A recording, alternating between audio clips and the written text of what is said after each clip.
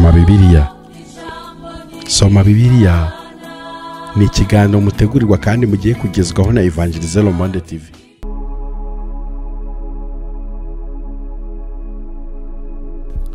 Soma BIbiliya.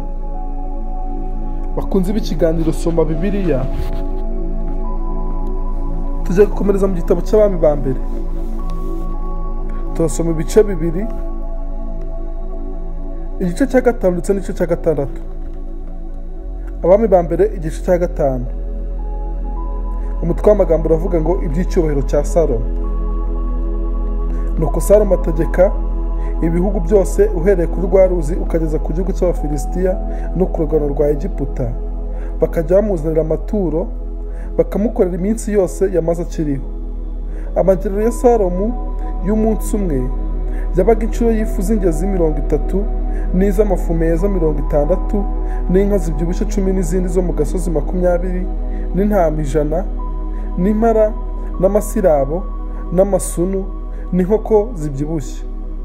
Nuko yategekaga igihugu cyose cyo hakurya ya rwa ruzi uhereye Itipusa ukageza i Gaza, agatwara n'abami bose bo hakuno yarwo. Yari afite amahoro impande zose. Abayuda n'Abisirayeli baridendereza iminsi yose ya Salomo yose, umuntu wese ku muzabibu we no ku mutini we uhereye Dan ukageza i Berisheba. Kandi Salomo yari afite ibiraro by'amafarashi yakururaga amagare ye. Ibyo biraro byari inzovu enye, kandi abantu bagenderaga ku mafarashi bari inzovu imwe n'ibihumbi 2. Nuko abo batware bakajya bakoreshereza umwami Salomo n'abariraga ku meza ye amakoro, umuntu wese uko kwezi, ntibagire icyo bababurana. Bakajya bazana sayiri n'ubwatsi bw'ayo mafarashi n'ayandi y'imbaraga nk'uko byategetswe, bakabizana aho umwami yabaga.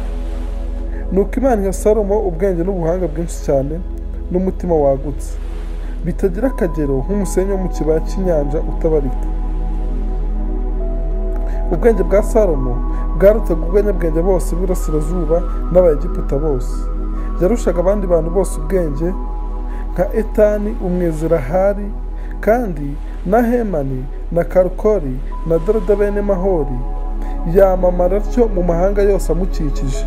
Yahimbye imigani 3,000 n'indirimbo 1,500, kandi yari azi gusobanura ibiti uhereye ku myerezi y'i Lebanoni ukageza kuri Ezobu imera ku mazu. Yari azi gusobanura inyamaswa n'ibisiga n'ibikururuka n'ifi. Nuko abantu bakajya bava mu mahanga bazanywe no kumva ubwenge bwa Salomo, boherejwe n'abami bo mu isi yose bumvaga iby'ubwenge bwe. Bukeye Hiramu umwami w'Itiro yumvise ko bimitse Salomo ngo abe umwami mu cyimbo cya se, amutuma abagaragu be, kuko uhereye kera Hiramu yuzuraga na Dawidi. Salomo ahera atuma kuri Hiramu ati, uzi ko umukambwe wanjye Dawidi atabonye uburyo bwo kubakira izina ry'Uwiteka Imana ye inzu, kubw'intambara z'ababisha be bari bamuri impande zose, kugeza aho Uwiteka yabashyiriye munsi y'ibirenge bye. Ariko noneho Uwiteka Imana yanjye impaye ihumure impande zose, nta mubisha nta n'ibyago bikiriho. Nuko ngambiriye kubakira izina ry'Uwiteka Imana yanjye inzu, nk'uko Uwiteka yabwiye umukambwe wanjye Dawidi ati, umuhungu wawe nzashyira ku ngoma yawe mu cyimbo cyawe, niwe uzanyubakira izina ryanjye inzu.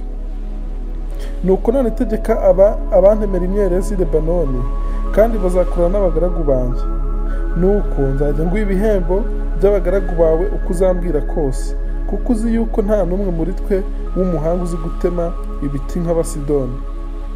Hiramu yumvise amagambo ya Salomo aranezerwa cyane, aravuga ati, uyu munsi Uwiteka ashimwe, kuko yahaye Dawidi umuhungu w'umunyabwenge gutegeka ubwo bwoko bukomeye. Hiramu atuma kuri Salomo ati, numvise ibyo untumyeho, nuko nzagukorera ibyo wansabye byose by'ibiti by'imyerezi n'imiberoshi. Abagaragu banjye bazabikura kuri Lebanoni, babimanure babigeze ku nyanja. Nibigerayo nzabihambiranya nk'ibihare kugira ngo binyure mu nyanja, bigeze aho uzanyereka aba ariho babihamburira, maze uze ubyende. Kandi nugaburira abo mu rugo rwanjye, uzaba ushohoje ibyo nshaka byose. Nuko Hiramu aha Salomo ibiti by'imyerezi n'imiberoshi ibyo yashakaga byose. Salomo nawe akajya agerera Hiramu inshuro zingana inzovu 2 n'inshuro 20 z'amavuta meza byo kugaburira mu rugo rwe. Uko niko Salomo yahaga Hiramu uko umwaka utashye. nuko Uwiteka Salomo ubwenge nk'uko yamusezeranyije, abana amahoro na Hiramu kandi basezerana isezerano ryo gufashanya. Umwami Salomo atoranya abantu b'abanyagihe mu Bisirayeli bose bari inzovu 3, akajya abohereza muri Lebanoni uko ukwezi gutashye. abantu inzovu imwe bagafatanya igihe cy'ukwezi kumwe, bacyura igihe bakamara iwabo amezi 2 baruhuka. Adoniramu niwe wari umutware w'abo banyagihe, kandi Salomo yararashyizeho abikuraza inzovu n'abandi babazaga amabuye yo ku misozi miremire inzovu 8. udashyizeho abatware bakuru ba Salomo bategekaga imirimo, bo bari 3,300 batwaraga abakozi. nuko umwami bategeka ko babaza amabuye manini y'igiciro cyinshi kugira ngo bubakishe urufatiro rw'inzu amabuye abajwe. hanyuma abubatsi ba Salomo n'aba Hiramu n'abagebari barayabaza, batunganya imbaho n'amabuye kugira ngo babyubakishe iyo nzu. Abami ba mbere igice cya 6. umutwe w'amagambo uravuga ngo imyubakiro y'inzu y'Imana. Hashize imyaka 480 Abisirayeli bavuye muri Egiputa, Salomo atangira kubaka inzu y'Uwiteka mu mwaka wa 4 ari ku ngoma. hari mu kwezi kwa Zivu, ariko kwezi kwa 2. iyo nzu umwami Salomo yubakiye Uwiteka, uburebure bwayo bw'umurambararo bwari mikono 60, ubugari bwayo bwari mikono 20, uburebure bwayo bw'igihagararo bwari mikono 30. kandi ibaraza ry'inzu y'inyumba y'urusengero uburebure bwabyo nk'uko ubugari bw'ibyumba bwanganaga. ubugari bwayo bw'imbere y'inyumba bwari mikono 10. abajishiriza iyo nyumba amadirishya n'ibisate bisobekeranije bidakuka. ku nzu y'inyumba yomekaho ibyumba bigerekanyije bikikije inzu y'urusengero n'iy'ahavugirwa. uko niko yubatse ibyumba by'impande biyikikije. ibyumba byo hasi ubugari bwabyo bwari mikono 5, ibyo hagati ubugari bwabyo bwari mikono 6, hakurikiyeho ibya gatatu ubugari bwabyo bwari mikono 7. kandi yabigenjeje atya: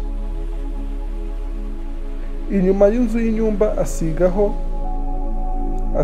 azomeka ibiti kugira ngo bidatobora inzu y'urusengero. mu iyubaka ry'iyo nyumba bayubakishije amabuye yatunganirijwe mu nganzo. nta nyundo cyangwa intorezo cyangwa ikindi kintu cyose cy'inyuma cyumvikanye muri iryo yubaka ryayo. kandi urugi rw'ibyo byumba byo hagati rwari mu ruhande rw'iburyo bw'urusengero. abajyagayo bazamukiraga ku rwego rwihotaguye bakajya mu cyumba cya 3. uko niko yubatse inzu arayuzuza. hejuru yayo asakaza ibiti n'imbaho by'imyerezi. kandi ibyo byumba bigerekanye yabyubatse ku nzu y'inyumba hose. uburebure bwabyo bw'igihagararo bwari mikono 5 kimwe kimwe. byari bigeretswe ku biti by'imyerezi byometse kuri iyo nyumba. bityo ijambo ry'Uwiteka riza kuri Salomo riti: mbonye inzu wubaka, nuko ngenderera mu mateka yanjye, ugasohoza ibyo nategetse, ukitondera amategeko yanjye yose, akaba ari igenderamo. nzakomeza ijambo ryanjye navuganye na so Dawidi, mbe mu Bisirayeli nekure ku bwoko bwanjye bwa Isirayeli. uko niko Salomo yubatse iyo nzu arayuzuza. muri iyo nzu y'inyumba yomekaho imbaho z'imyerezi uhereye hasi ukageza hejuru. ku gisenge naho aharandisha imbaho, kandi hasi ahasasa imbaho z'imiberoshi. mu rwinjiro rw'iyo nzu hari mikono 20, yomekaho imbaho z'imyerezi uhereye hasi ukageza ku gisenge. muri uwo mwinjiro hagirwa ahavugirwa hitwa ahera cyane. imbere y'ahavugirwa hirwa urusengero. uburebure bwabo bw'umurambararo bwari mikono 40, naho bomekaho imbaho z'imyerezi bazikebaho amabara, amwe asa n'imihe andi asa n'uburabyo busambuye. hose zanye imbaho z'imyerezi ntabwo ryagaragaraga. kandi atunganya ahavugirwa mu mwinjiro w'iyo nzu kugira ngo ahatereke isanduku y'isezerano ry'Uwiteka. aho havugirwa uburebure bwabo bw'umurambararo bwari mikono 20, ubugari bwaho bwari mikono 20, uburebure bwabo bw'igihagararo bwari mikono 20. hose ahateraho izahabu itunganijwe, ayitera no ku cyotero cyakozwe mu myerezi. maze Salomo atera ku nzu yose izahabu itunganijwe. imbere y'ahavugirwa atambikaho iminyururu y'izahabu. inzu yose ayiteraho izahabu kugeza aho inzu yose yuzuriye. kandi icyotero cy'ahavugirwa nacyo agiteraho izahabu cyose. ahavugirwa aharemera ibishushanyo by'abakerubi 2 mu biti by'umwelayo. kimwe muri ibyo uburebure bwacyo bwari mikono 10, uburebure bw'igishushanyo cy'umukerubi kimwe bwari mikono 5, n'irindi baba naryo ari uko. Uhereye ku iherezo ry'ibaba rimwe ukageza ku iherezo ry'irindi byose yari mikono 10. Igishushanyo cy'umukerubi cya kabiri uburebure bwacyo bwari mikono 10. Ibishushanyo by'abakerubi byombi byari ikigero kimwe n'ishusho imwe. Uburebure bw'igishushanyo cy'umukerubi kimwe bwari mikono 10 n'ubwo ikindi ari uko. Ashyira ibyo bishushanyo by'abakerubi mu mwinjiro w'inzu. Amababa yabyo yari afatanye urunana, bituma rimwe ry'igishushanyo kimwe rifata ku ruhande rumwe rw'inzu, iry'ikindi ku rundi ruhande, kandi ayandi mababa yombi ahurira hagati mu nzu. Ibyo bishushanyo by'abakerubi byombi abiteraho izahabu. Inyuma n'imbere h'iyo nzu hakibaho amabara y'ibishushanyo by'abakerubi n'iby'imikindo n'iby'uburabyo busambuye, kandi mu nzu imbere hasi no ku iburazo ryayo ateraho izahabu. Ahajya ahavugirwa ahashyira inzugi z'ibiti by'imyelayo. Inkomanizo n'inkingi z'izo nzugi byari igice cya 5 cy'ikibambano, kandi akora inzugi ebyiri z'ibiti by'imyelayo, akebaho amabara y'ibishushanyo by'abakerubi n'iby'imikindo n'iby'uburabyo busambuye, hanyuma ateraho izahabu kuri izo nzugi, ayinogereza no ku bishushanyo by'abakerubi no ku by'imikindo. Kandi hajya mu rusengero ahabajishiriza inkingi z'ibiti by'imyelayo. Izo nkingi zari igice cya 4 cy'iyo nzu, n'inzugi zaho zombi zibajwe mu biti by'imyeroshi. Ibisate byombi by'urugi rumwe iyo byakingurwaga byaribumbaga, n'ibisate byombi by'urundi rugi ni uko byameraga. Azikebaho amabara y'ibishushanyo by'abakerubi n'iby'imikindo n'iby'uburabyo busambuye, aziteraho izahabu. Kandi urugo rw'ingombe arwubakisha amabuye abajwe mu mpushya 3 n'uruhushya rumwe rw'ibiti by'imyerezi. Igihe batangiye kubaka urufatiro rw'inzu y'Uwiteka hari mu kwezi kwa Zivu k'umwaka wa 4, mu kwezi kwa Bura ariko kwezi kwa 8, umwaka wa 11, buzuza inzu y'imyanya yayo yose uko yategetswe yose, nuko amara imyaka 7 ayubaka. Aha naho dusoreje ibice 2 by'uyu munsi. Uwiteka akomeze aduhane umugisha. Murakoze.